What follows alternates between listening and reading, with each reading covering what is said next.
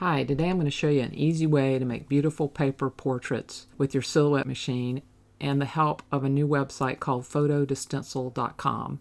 I'm really excited to show you. You're not going to believe how easy it is to do what we've been able to do before, but with a lot more steps. So let me walk you through it. The website is photostencil.com, the number 2. You're going to want to click Upload Your Photo. And then you're going to want to select your photo. I've left mine on the desktop here.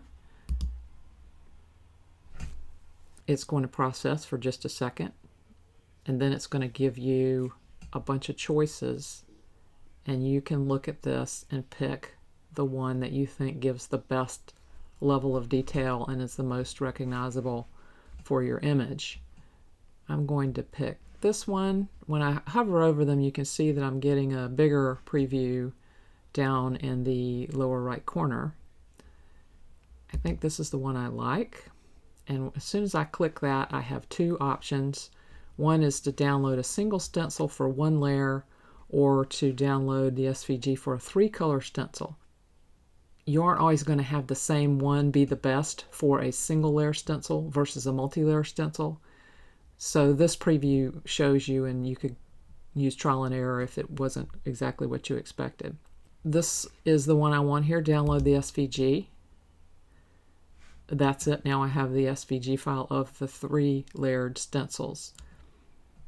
Because PhotoStencil produces SVG files, you will need Designer Edition or above of Silhouette Studio to do this. I'm using Business Edition, so that's why the buttons may look different from what you have. By default, PhotoStencil sends it to your Downloads folder, and from there all I needed to do was unzip it. File, open. The folder name will be stencil, and there are 3 files in here. I want the one that says stencil.svg, so I'm going to open that.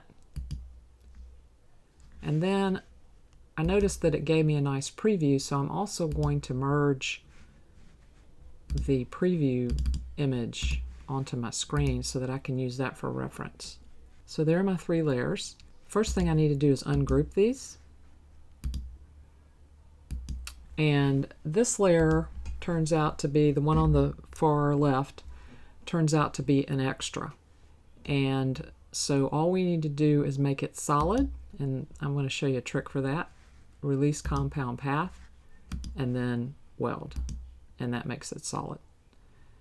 And now I want to color it, so I'm just going to use the colors in this reference image for the sake of demonstration. So I'm going to go to the paint bucket, basic options, and I'm going to click the eyedropper, and I'm going to go get the darkest color in this image for that. This one is going to be the lightest color in the image, and I'm pretty sure they're always in the same order, but I can tell by looking at this picture, and if I get it wrong, it's just trial and error, and I'll change them back. That leaves this for the medium blue, so I'm going to pick the medium blue off of there. And now I'm going to just verify that these stack in the proper way.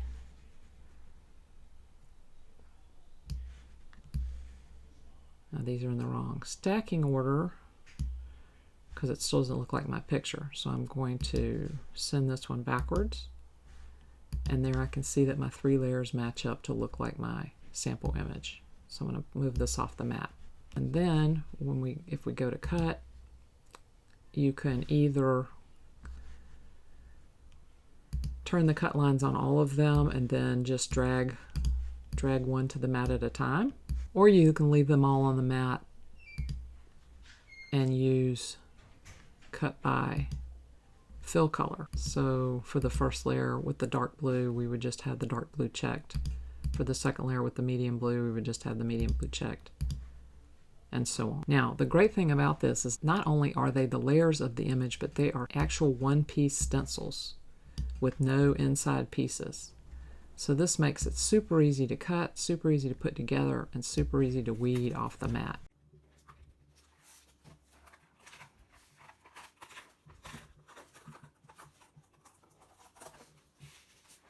Now do want to bring up as a drawback to this particular program, it creates a lot of nodes. So if I double click this in inner point edit mode, you can see there's just tons and tons of nodes here.